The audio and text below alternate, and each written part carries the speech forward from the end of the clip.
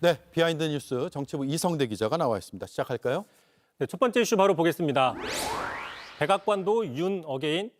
자, 지금 몇 시간 후에 이제 한미 정상회담이 열리죠. 자, 전 국민적인 관심사이다 보니까 윤 전 대통령을 지지하는 이른바 윤 어게인 세력의 기대감도 커지고 있습니다. 윤 전 대통령의 탄핵과 구속 이런 불법 내란 사태가 테이블에 오를 수도 있다라는 기대감을 보여주고 있는 건데요. 자, 당장 그 윤 전 대통령의 멘토로 유명하죠. 그 심평 변호사가 자신의 소셜 미디어에 이렇게 글을 올렸는데, 자, 트럼프 대통령은 25일 이 대통령과의 회담을 어떤 모양으로 할 것인가? 윤 전 대통령에 대한 가혹한 정치 보복성 인권 탄압의 모습을 회담장에서 영상이나 사진으로 보여준다고 해도 이상할 게 없다. 이런 가능성을 제기했습니다. 예, 심평 변호사는 얼마 전에도 미국이 나서달라고 비슷한 주장하지 않았어요? 그렇습니다. 심평 변호사는 지난달 말이었습니다. 윤 전 대통령을 면회한 뒤에 윤 전 대통령이 열악한 환경 속에서 인권 탄압을 당하고 있다.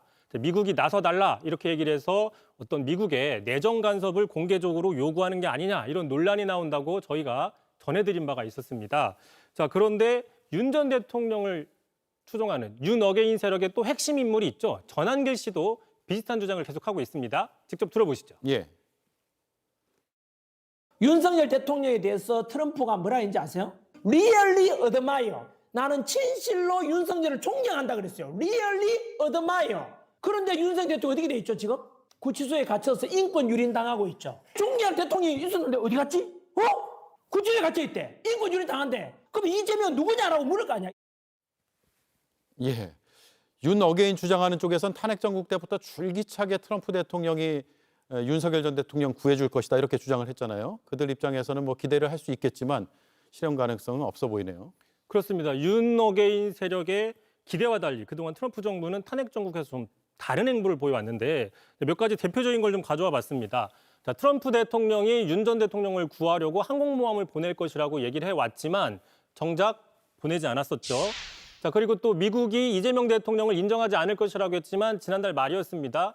소셜미디어에 공식적으로 당선 축하 인사를 올렸습니다. 또 이 대통령이 미국에 입국하자마자 미국 측에서 체포할 것이라고 주장하고 있지만 한국 시간으로 오늘 앤드루스 공군기지에 아무 탈 없이 입국을 했고 방미 활동을 하고 있습니다. 예. 자, 따라서 이 때문에 한미 정상회담에서 윤 전 대통령의 이런 탄핵과 그 구속 사태에 대해서 거론될 것이라는 윤 어게인 측의 기대감 제대로 성사될지는 미지수다 이런 분석들이 나오고 있고요. 참고로 제가 심평 변호사에게 직접 좀 확인을 해봤더니 본인도 분명히 회담에서 거론될 것이라는 확신이 아니라 뭐 그러지 않겠느냐 정도의 추측이다라고 추가 설명을 해놨습니다. 예, 몇 시간 뒤를 지켜보면 결론이 나오겠죠. 다음 이슈는요? 자, 두 번째 이슈 바로 보겠습니다. 단탄 후보의 수류탄. 자, 국민의힘 당대표 선출 이제 하루 앞으로 다가왔습니다. 지난 주말이었죠. 결선을 앞두고 김문수 후보가 정청래 여당 대표를 강하게 비판했습니다. 자, 먼저 들어보시죠. 예.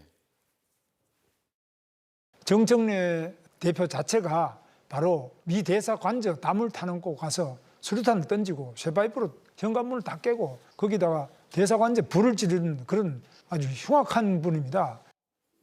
자, 저에게는 정청래 대표가 1989년 미 대사관저 점거농성 사건에 연루돼서 징역 2년 받았던 사건을 거론한 겁니다. 예. 김문수 후보는 여러 번 정청래 대표의 과거 이력을 비판한 바 있죠. 그렇습니다. 국민의힘이 구구정당으로 간다고 비판을 하자, 자, 그렇게 얘기하는 정청래 대표야말로 극좌가 아니냐 이렇게 맞대응을 하면서 뭐 대여 선명성을 부각하려는 전략이다라는 분석도 있습니다. 자, 그러자 이제 정청래 대표가 김문수 후보가 사실을 왜곡하고 있다라고 하면서 법적 조치를 예고했는데, 자, 자신의 소셜 미디어에 이렇게 글을 올렸습니다.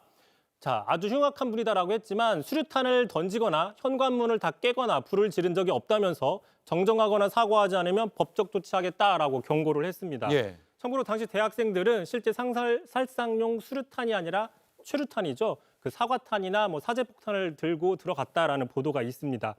참고로 수류탄은 주로 이제 탈영병들이 던지는 것이죠. 그러니까요. 수류탄은 전혀 다른 얘기인데 김 후보는 뭐라고 합니까?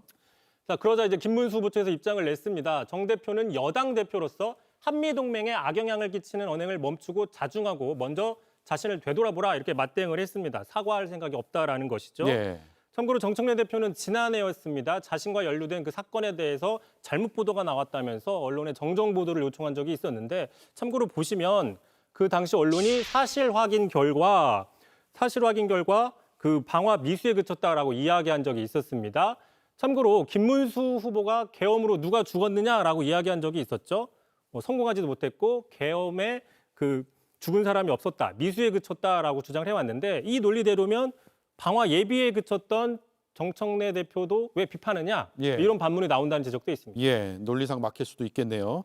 김문수 후보가 내일 대표가 되면 악수하는 거 기대할 게 아니라 법적 공방을 벌일 수도 있겠다는 생각이 듭니다. 잘 들었습니다. 비하인드 뉴스 이성대 기자였습니다. JTBC 뉴스를 시청해 주셔서 고맙습니다. 저희는 저녁 6시 30분 뉴스룸에서 뵙겠습니다.